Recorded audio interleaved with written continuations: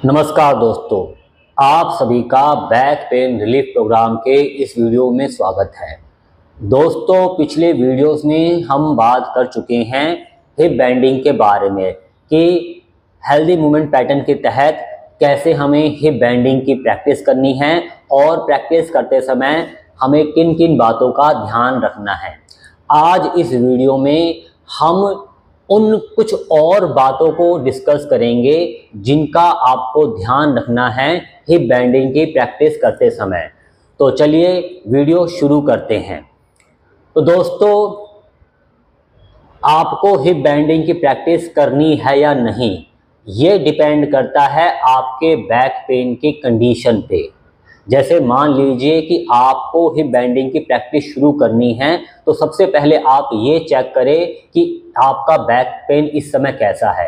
अगर इस समय आपका बैक पेन बहुत एक्सट्रीम है, यानी कि आपको बहुत ज़्यादा बैक पेन है, तो आपको इस समय हिप बैंडिंग की प्रैक्टिस नहीं करनी है। आपको अभी कुछ दिन तक वेट करना है, क्योंकि इस समय प्रैक्टिस करना आपके लिए जल्दबाजी होगी। क्योंकि दोस्तों, होता क्या है कि जब आप हिप बैंडिंग की प्रैक्टिस सीखते हैं या आप पहली बार हिप बैंडिंग की प्रैक्टिस करते हैं, तो हो सकता है कि प्रैक्टिस करते समय आपसे प्रैक्टिस करने में कुछ ना कुछ मिस्टेक हो जाए, जिसकी वजह से आपका जो पेन है या जो आपकी डिस्क है वो हर्ट हो जाए, जिसकी वजह से आपका पेन बढ़ जाए। तो ऑलरेडी इस समय आपको एक्सट्रीम पेन है, तो हो सकता है कि जब आप प्रैक्टिस करें और प्रैक्टिस में थोड़ी सी आपसे मिस्टेक हो जाए तो आपका पेन जो है और वर्स हो सकता है। तो आपको हिप बैंडिंग की प्रैक्टिस नहीं करनी है जब तक आपका पेन थोड़ा कम नहीं हो जाता है। बहुत एक्सट्रीम पेन की कंडीशन में हिप बैंडिंग की प्रैक्टिस आपको स्टार्ट नहीं करनी है। दूसरी बात, आप में से अधिकतर प्रैक्टिशनर जब हिप बैंडिंग की प्रैक्टिस शुरू करते हैं, यानी कि हिप से आगे बैंड करना आप शुरू करते हैं, तो आप में से अधिकतर प्रैक्टिशनर आगे बैंड होने में डिफ़िकल्टी फील करते हैं। चाहे आपको एक्सट्रीम पेन ना भी हो, तब भी आप अपने हिप से आगे बैंड करने में आपको डिफ़िकल्टी फील होती है। इसका कारण ये होता है कि जिन लोगों को बैक पेन रहता है, उनके जो हिप जॉइंट है वो काफ़ी टाइट हो जाते हैं। उनकी जो ग्लूट मसल्स है वो काफ़ी वीक हो जाती है। तो जब आपकी ग्लूट मसल्स वीक हो जाती है, तो वीक ग्लूट मसल्स के कारण उनकी जो हैमस्ट्रिंग मसल्स है, यानी कि उनकी जो थाई के पिछले हिस्से की मसल्स है वो टाइट हो जाती है। और हैमस्ट्रिंग मसल्स टाइट इसलिए हो जाती है क्योंकि आपकी ग्लूट मसल्स वो काम नहीं कर रही है जो काम उसे करना चाहिए, और वो काम जो है हैमस्ट्रिंग मसल्स के द्वारा किया जा रहा है, तो हैमस्ट्रिंग मसल्स टाइट हो जाती है। तो जब आप अपने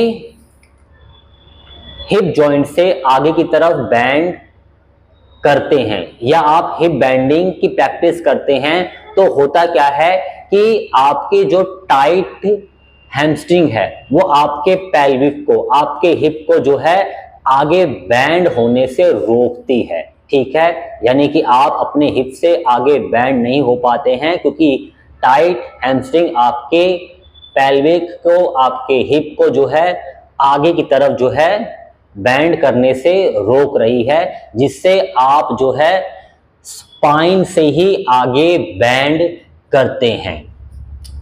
तो इसलिए आप लोगों को जो है आगे हिप से बैंड होने में डिफ़िकल्टी फील होती है। तो होता क्या है कि आप में से अधिकतर प्रैक्टिशनर जो है निराश हो जाते हैं। तो आप लोगों को जो है निराश नहीं होना है, पेशेंस रखना है, क्योंकि जैसे जैसे हम आगे इस प्रोग्राम में आगे बढ़ते जाएंगे, हम जो है अपने ग्लूट मसल्स की स्ट्रेंथनिंग करते जाएंगे। ठीक है, और जैसे जैसे हम अपनी ग्लूट मसल्स की स्ट्रेंथनिंग करेंगे, हमारे जो हैमस्ट्रिंग है वो लूज होना शुरू हो जाएंगे।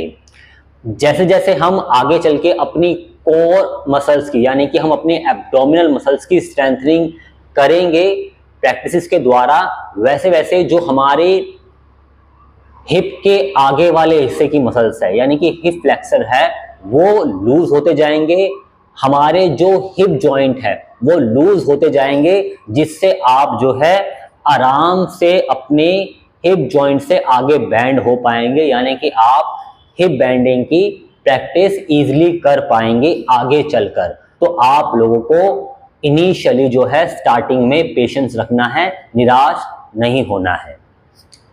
तीसरी चीज आपको ध्यान रखनी है प्रैक्टिस करते समय कि जैसे हमने हिप बैंडिंग की वीडियो में बात की थी बैकवर्ड बायस वालों के लिए, कि जब वो अपने पीछे स्टिक लगा के आगे बैंड हो रहे हैं तो वो अपने हाथ को लोअर बैक पर ले जाकर स्टिक और लोअर बैक के बीच में रख सकते हैं, ताकि जब वो प्रैक्टिस करे तो उन्हें ये अवेयरनेस रहे कि उनकी जो लोअर बैक है वो फ्लैटन ना हो या फॉरवर्ड लीन की पोजीशन में ना आए, उनसे वे बच सके। इसी प्रकार से अगर फॉरवर्ड बायस वाले चाहें तो वो भी यही टेक्निक यूज कर सकते हैं, यानी कि वो भी अपने हाथ को पीछे ले जाकर स्टिक और लोअर बैक के बीच में रख सकते हैं, ताकि जब वो प्रैक्टिस करें, स्पेशली जब वो नीचे से ऊपर की तरफ वापस आ रहे हैं, तो उन्हें ये अवेयरनेस रहे कि जो उनका लोअर बैक है वो ओवर एक्सटेंड ना हो, यानी कि वो ज़्यादा बैकवर्ड लीन की पोजीशन में ना जाए, यानी कि उनका जो लोअर बैक है वो ओवर आर्च ना हो, उनकी जो हमारी जो स्पाइन की हमारी जो लोअर बैक की जो नेचुरल कर्व है वो मेंटेन रहे। तो फॉरवर्ड बायस वाले भी इस टेक्निक को यानी कि हाथ को पीछे रखकर स्टिक और लोअर बैक के बीच में रखकर वो प्रैक्टिस कर सकते हैं। तो आई होप आपको ये वीडियो पसंद आया होगा। मिलते हैं अगले वीडियो में। आप सभी का इस वीडियो के अंत तक बने रहने के लिए धन्यवाद।